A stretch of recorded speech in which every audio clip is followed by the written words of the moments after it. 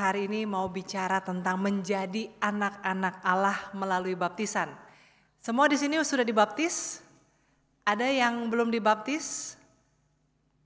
Kalau ada yang belum dibaptis, inilah saatnya saudara-saudara untuk merenungkan kembali ya.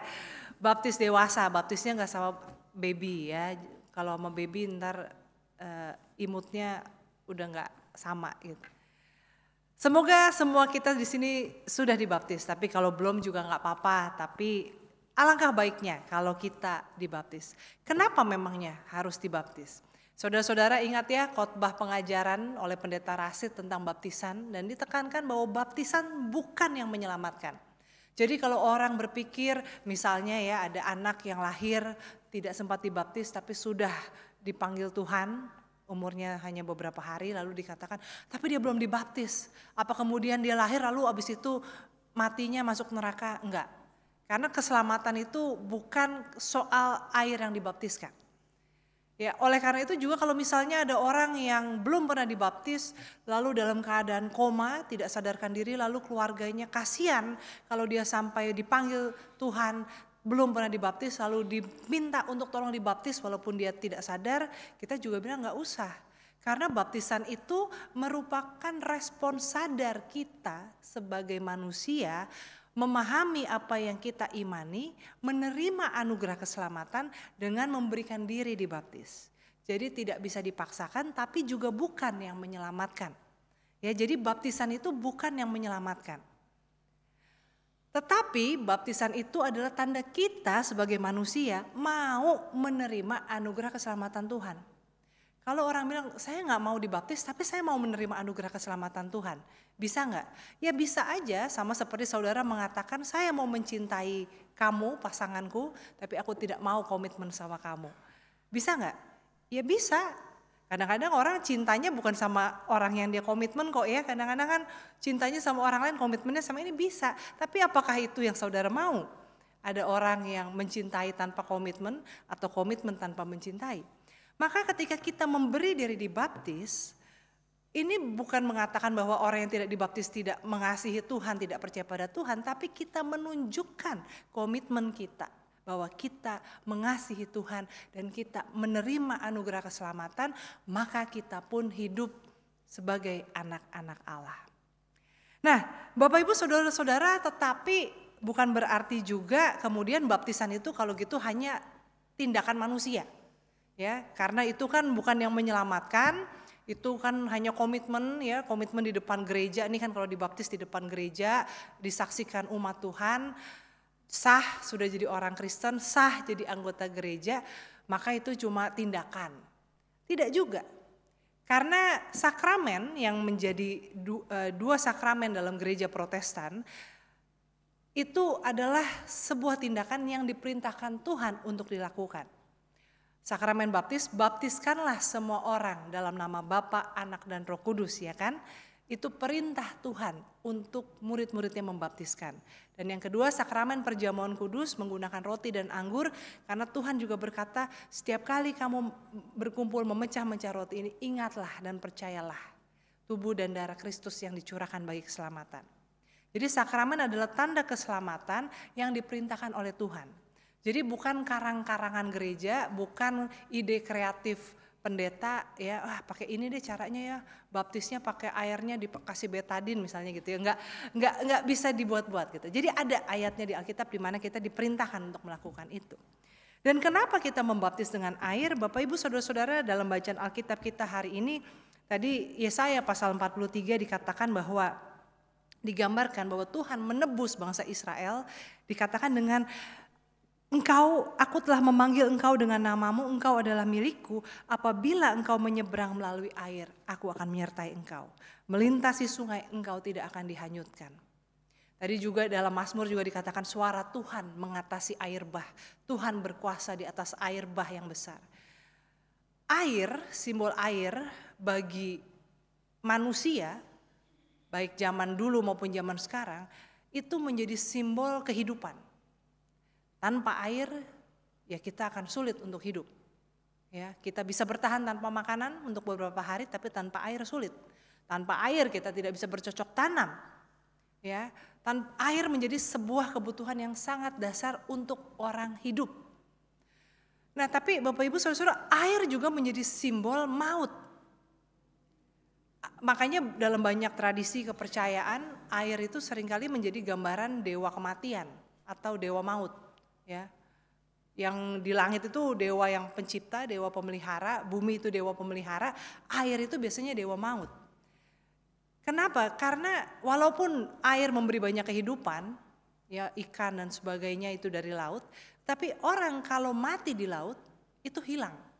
Orang kalau mati di gunung, mati di hutan, kecuali dimakan habis sama macan gitu ya, tapi itu pun juga tulangnya pasti akan ditemukan. Ya, orang kalau mati di gunung, mati di lembah, mati di jurang itu kalau dicari bisa ketemu. Tapi orang kalau mati di laut hilang seperti ditelan. Makanya ada juga tradisi-tradisi ketika orang meninggal jenazahnya dihanyutkan ke laut, ya, atau abunya dilarung di laut. Karena dianggap laut itu gambaran maut. Nah, maka ketika orang dibaptis menggunakan air yang adalah tanda kehidupan tapi juga simbol maut, ini mau mengatakan bahwa kita sudah mati untuk kehidupan yang dulu dan kita dilepaskan dari maut, kita hidup dalam penyertaan Tuhan. Makanya di sini dikatakan, aku akan menyertai kamu melalui sungai, melalui air, engkau tidak akan dihanyutkan. Nah, Bapak Ibu Saudara-saudara, jadi baptisan tadi saya katakan di awal itu adalah simbol sakramen keselamatan. Bagian kita adalah merespons komitmen untuk mau menerima anugerah keselamatan dan hidup sebagai anak-anak Tuhan. Tetapi juga simbol ini bukan buatan manusia, tetapi sebuah simbol, sebuah perintah yang diberikan oleh Tuhan sendiri untuk kita lakukan. And then what? Lalu apa? Kalau kita sudah dibaptis, lalu apa? Nah, saudara-saudara, ketika kita dibaptis, kita menjadi anak-anak Allah. Ya. Ketika Tuhan Yesus dibaptis, lalu dikatakan Roh Kudus turun atasnya dan terdengar suara, engkaulah anakku yang kukasihi, yang terkasih, kepadamulah aku berkenan. Saudara-saudara, ketika kita dibaptis dalam nama Bapa, Anak, dan Roh Kudus, kita menerima kuasa Roh Kudus. Dalam kisah para rasul tadi dikatakan ada orang-orang yang sudah percaya dengan pemberitaan para rasul, tapi mereka dibaptis hanya dalam nama Tuhan Yesus. Maka mereka belum menerima kuasa Roh Kudus. Lalu mereka dibaptis dalam nama Bapa, Anak, dan Roh Kudus, maka Roh Kudus turun atas mereka. Seperti apa keadaannya memang tidak dijelaskan. Ya, tapi saudara-saudara percaya nggak bahwa kita memiliki kuasa Roh Kudus dalam diri kita ketika kita sudah dibaptiskan? Walaupun mungkin waktu kita dibaptis kita masih anak-anak, kita belum ngerti apa-apa. Atau mungkin kita dibaptis waktu remaja, cuma karena ikut-ikutan temen, ya. Atau kita dibaptis masih bandel-bandelnya. Tapi sesungguhnya ada kuasa dalam baptisan itu, bukan hanya simbol, bukan hanya upacara. Tapi ada kuasa di dalamnya di mana kita menerima kuasa Roh Kudus. Percaya itu saudara-saudara? Oh, amin.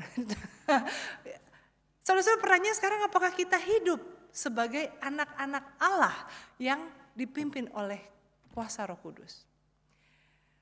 Apa sih tandanya? Saudara-saudara, saya kemarin mendengarkan sebuah podcast ya. Ini agak jauh dikit nih ya mainnya, maksudnya ceritanya agak muter dikit, tapi ntar kita balik lagi ke situ ya. Jadi di podcast itu si narasumbernya bercerita waktu dia sekolah dulu, masuk asrama pesantren gitu ya. Dia cerita ada satu temennya yang dia nggak bisa akrab, nggak bisa deket.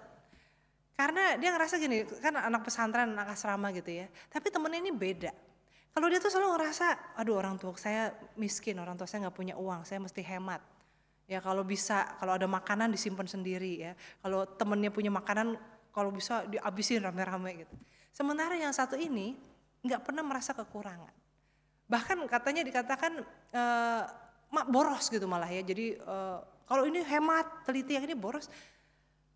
Dan dikatakan kalau misalnya dia ngelihat temennya punya sendal yang bagus gitu ya, pinjem dipakai gitu kan.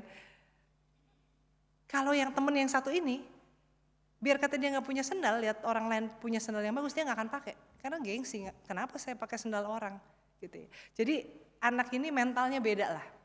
Dan dia katakan karena anak ini, dan dia sebenarnya ceritanya ketika sekarang sudah dewasa nih, dia selalu kalah selangkah sama temannya ini. Jadi kalau sekarang dia ini sudah mulai bisa beli rumah untuk dia dan keluarganya, temannya ini udah mikir untuk beli rumah buat anak-anaknya. Ya, jadi dikatakan beda mentalnya. Dan kenapa? Karena si narasumber ini, dia itu selalu dibesarkan dengan pesan jangan boros, orang tuamu gak punya uang, hidup hemat, jangan minta yang macam-macam gitu ya. Sementara temennya ini walaupun gak lebih kaya dari dia, tapi tidak pernah dimasukin suara bahwa orang tuamu kekurangan. Jadi orang tuanya sama ntar ada, pasti ada, jangan khawatir, nanti bapak usahakan dan sebagainya, sehingga punya mental yang berbeda. Nah Bapak Ibu Saudara-saudara, bukankah kita sebagai anak-anak Tuhan, ketika kita dibaptis dalam nama Bapa, Anak, dan Roh Kudus, dan kita menjadi anak-anak Allah, seharusnya kita punya mental anak-anak Tuhan. Ya kan? Nah mental anak-anak Tuhan itu seperti apa?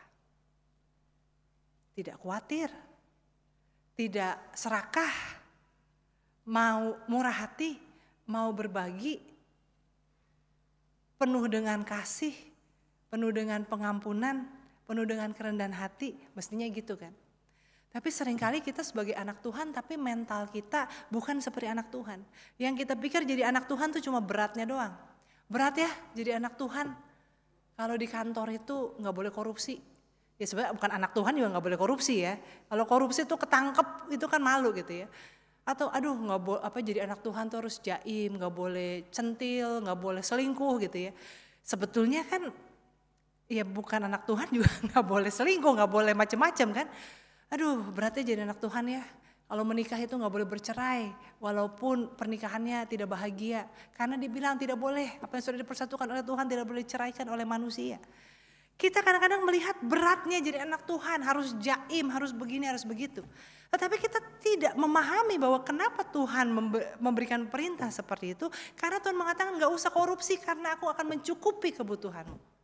Gak usah takut, gak usah marah, gak usah menyimpan kesalahan orang lain, tapi hiduplah dalam kasih Tuhan karena engkau pun telah diampuni, engkau diterima dalam keadaanmu yang berdosa. Siapa kamu untuk menghakimi orang lain? Ya, kita tuh kadang-kadang fokus pada beratnya jadi anak Tuhan, tapi kita lupa menyadari betapa besarnya kasih karunia anugerah hidup sebagai anak-anak Tuhan. Nah, oleh karena itu respon kita dalam baptisan itu seharusnya kita amini bahwa kita punya kuasa Roh Kudus dalam diri kita, hidup sesuai dengan firman Tuhan. Hidup dalam pimpinan hikmat Tuhan. Bapak Ibu Saudara-saudara, orang juga seringkali salah kaprah ketika berkata sebagai anak Tuhan kita kan bisa mintalah maka akan diberikan, carilah kau dapat, ketuk pintu akan dibukakan. Yes, ada ayatnya, yes dan amin dalam hal itu. Tapi kalau kita baca juga ayat itu sebetulnya Tuhan Yesus pertama-tama lagi bicara soal apa? Soal hikmat. Jika ada di antara kamu yang kekurangan hikmat, mintalah maka akan diberikan kepadamu. Nah saudara-saudara, menjadi anak Tuhan itu pertama-tama adalah ketika kita hidup dalam pimpinan Roh Kudus diberi hikmat.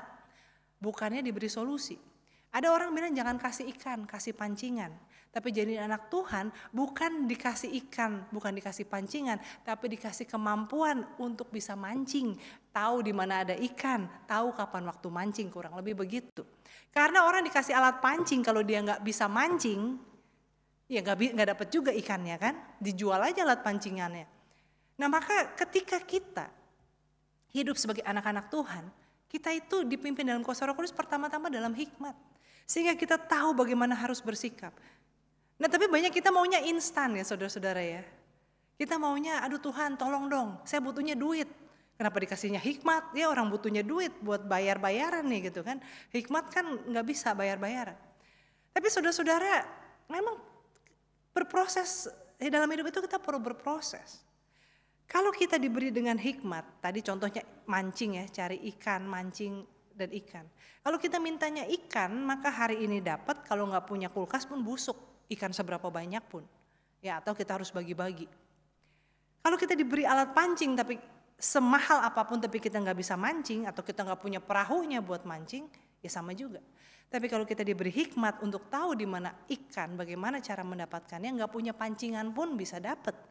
Ya, saudara-saudara berapa banyak orang yang kaya mendadak karena dapat warisan, Kalau itu habis, dan biasanya cepat habisnya juga kalau yang kayak mendadak, bisa dapat lagi nggak? Ya kecuali dapat warisan lagi ya, itu memang rezekinya modalnya dapat warisan. Tapi kalau orang yang merintis bisnis ya dari nol lalu menjadi sukses, lalu katakanlah kena musibah, bangkrut, kehilangan semuanya mulai lagi dari nol, bisa lagi nggak dia mulai lagi? Bisa, karena dia punya kemampuannya, punya knowledge-nya, punya mentalnya untuk itu. Nah demikian juga sebagai anak-anak Tuhan, kita jangan fokus pada mintanya solusi, mintanya materi, mintanya jawaban doa yang instan. Karena itu hanya menunda. Ya hari ini mungkin dijawab iya, tapi masalahnya ada lagi. Tapi kita perlu perubahan mental ya, perubahan transformasi pikiran, metanoia itu. Bagaimana menjadi anak Tuhan adalah menjadi orang-orang yang dipimpin dalam hikmat Roh Kudus, sehingga kita punya mental anak Tuhan. Kalau ada masalah kita gak ngikutin cara dunia, kita gak ngikutin cara yang kita pikir gampang dan cepat. Kita mencari apa yang menjadi kehendak Tuhan dengan meyakini bahwa apa yang menjadi kehendak Tuhan, apa yang tertulis dalam firman-Nya itu adalah kebenaran yang sudah teruji oleh waktu dan zaman. Jangan kita merasa lebih pintar dari Tuhan, lebih pintar daripada para nabi. Nah oleh karena itu Bapak Ibu Saudara-saudara, marilah kita hidup sebagai anak-anak Tuhan. Sekali lagi kalau yang belum dibaptis bukan jadi alasan ya. Wah untung saya belum dibaptis jadi saya nggak usah hidup sebagai anak Tuhan. Enggak, justru berikanlah dirimu dibaptis ya. Tapi ini kita diingatkan. Dibaptis ataupun belum dibaptis, kita mau kan hidup sebagai anak-anak Tuhan? Mau dong. Karena daripada jadi anak setan kan enakan jadi anak Tuhan ya. Mau kan jadi anak-anak Tuhan, kalau enggak ada di gereja Bapak Ibu kan. Sebagai anak-anak Tuhan, maka hiduplah dalam kuasa Roh Kudus itu. Ingat, roh itu penurut. Daging itu lemah ya. Roh itu penurut tapi daging itu lemah. Jadi roh itu gak pernah memaksa. Roh Kudus dalam diri kita gak pernah bisa memaksa. Misalnya kita mau ke kanan dibilangin jangan ke kanan, terus kita nakal terus ke kanan, terus nanti disetop sama Roh Kudus, enggak. Roh Kudus itu penurut, lemah lembut. Dia menuntun, bukan memaksakan. Nah maka kalau kita ada kuasa Roh Kudus dalam diri kita, tapi kita terus membungkam suara Roh Kudus, kita terus mengabaikan peringatan dari Tuhan, ya ntar belangsak gitu ya. Maka dengarkanlah apa yang menjadi peringatan Roh Kudus. Jangan membungkam suara Roh Kudus dalam hati kita. Hidup seturut dengan firman Tuhan. Bahkan makin lama makin peka dengan suara Roh Kudus. Kita makin tahu apa yang menjadi kehendak Tuhan. Dan dengan hikmat sebagai anak-anak Tuhan, Tuhan yang akan memampukan kita menghadapi apapun. Karena masalah itu datang silih berganti dan itu bagian dari pembentukan karakter kita supaya kita makin kuat. Ya, makin kuat dan juga makin bebas. Orang kalau makin kuat dia makin leluasa bergerak, leluasa kemana-mana. Demikian juga ketika kita semakin kuat dalam hidup kita, kita juga sebetulnya beban kita malah terasa makin ringan. Maka biarlah kiranya baptisan yang telah kita terima tidak menjadi hal yang sia-sia. Hiduplah sebagai anak-anak Tuhan, biarlah kiranya Tuhan dimuliakan melalui hidup kita. Amin.